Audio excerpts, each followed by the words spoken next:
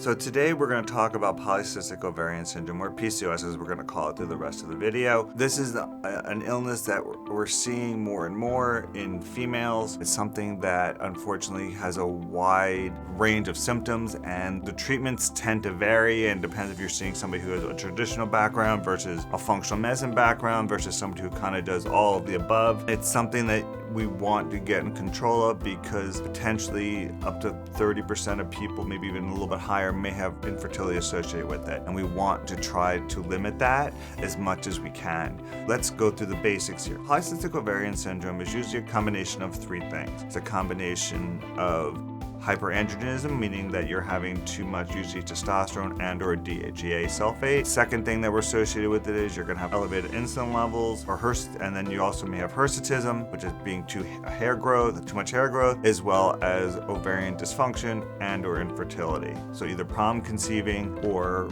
inability to conceive because of the PCOS. So here's some other facts for you before we go do a deeper dive in. Only about 10 to 30% of women who have been diagnosed with PCOS actually have cysts on the ovaries. So if your gynecologist says, we don't see any cysts on your ultrasound, you don't have PCOS. Time to go find somebody else. That's not the only factor that we're looking for. There's different types depending on which category you're looking at. Every organization has different criteria for what it means. Some combination of what your hormone levels are, be it your free testosterone. We look at free testosterone, we look at sex hormone binding globulin. Sex hormone binding globulin binds your testosterone. We'll get into that more in a minute. And what your DHA-S are. It depends on your AMH, your fertility capabilities, also the hair growth. There's different systems, which makes things a little bit more complicated. It's like every country having different ways that they count different currencies. It's harder to figure out where you are relative to anybody else. But we're going to break through this one by one. And again, there are treatments that have been shown that work both traditionally and holistically. So let's go step by step here. We know the main issue is the body's increase in androgen levels. Like we said, this is caused by a couple different things. It's caused by elevated insulin levels or insulin resistance. This leads to part of the ovary, the thecal layer, to become hypertrophied or enlarged and leads to more testosterone. 25% of the testosterone is coming from the ovary, 25% is becoming from your adrenal gland, which is where we're concerned with, we're on the DHEA, and then 50% is from the rest of your body, including your pituitary. So it's multifactorial how we look at it. We want to try to limit the body's production of androgen by blocking the androgens. We also want to limit the insulin resistance and then potentially factors that are causing it. So let's break that down a little more specifically. So what do we do in terms of the androgens? That can be done traditionally. Usually it's done through medicines like finasteride, which has its own side effects, or spironolactone, which has probably the least amount of side effect, except for the fact it's a sledgehammer. So we're taking testosterone that may be high, and then we're making it low. Even in the females need testosterone. They need testosterone to build muscle, which has so many benefits. They need testosterone for brain function, you need testosterone for energy, you need testosterone to make estrogen, and women need estrogen, obviously. So spironolactone is great to start. You see how it works, how you feel on it, what your lab work comes back. That is potentially the best medicine to start on.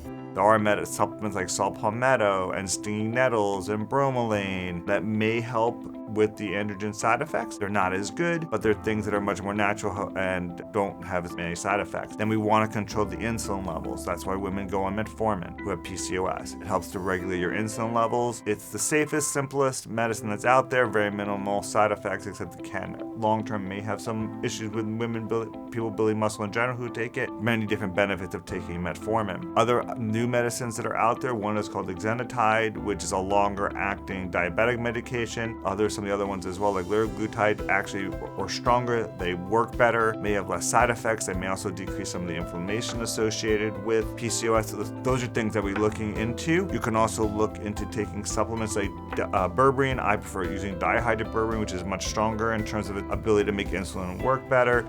You can use things like chromium, alpha-lipoic acid, all these different things that help your body use insulin in a much more appropriate manner. And if your body can use insulin better, it's not insulin resistant, that may lead to limit the connection to the elevated androgens and testosterone. So that's two parts of it. We want to get the insulin under control, we want to get the androgens under control, and if we get that part under control, we can hopefully get the increased hair growth under control. The spironolactone or aldactone, which is the brand, is very helpful in terms of that. There are other things that we can tend to use to potentially help limit the hair growth. Things we talked about before, things like stinging nettles and bromelain. They're not as good, they're not as strong, but those are things that we can try to use. But a lot of times if the hair growth is overwhelming, we probably have to switch to the prescription medications. Third part we talked about briefly is we have an issue with the ovary. Part of the issue with the ovary is a mitochondrial dysfunction. Mitochondria is the energy part of your cell. It's the infrastructure of your cell and the ovary to help it make it work,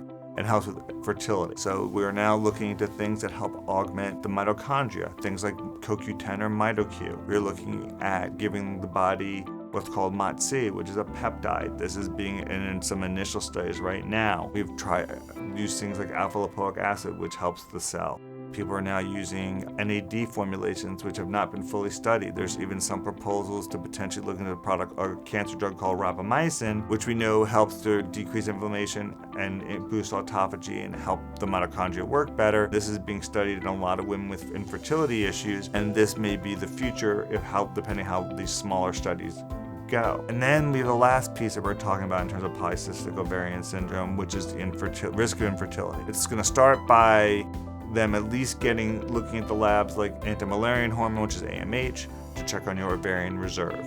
That is going to give the doctors an idea of where your fertility lies in the spectrum. If it is low, there are things that you can do to definitely augment it. So it's not something that's a sentence where you're just not going to be able to have children. It's something that we need to work on. Again, it's a combination now we're finding of fixing the mitochondria, doing things to help the ovary work more efficiently. There's a lot of supplements out there. There are people now that are using stem cells and exosomes. There's a lot of different ways that we can work to increase the fertility. There is hope. There's a lot of research being pushed into the funding of trying to evaluate female infertility and ovarian dysfunction and polycystic ovarian syndrome, which is one of the bigger causes of infertility in females. There's hope. It's just going to take some time. One thing to not consider using, unless it's something that you're taking for something else, are birth control pills. You already have plenty of hormonal issues between your insulin resistance, potentially being your testosterone being high, your DHA being high, your sex hormone binding globulin being low. If you're going to take on top of that a birth control pill, which is going to further suppress your hormones, your estrogen and progesterone, it's going to put you in a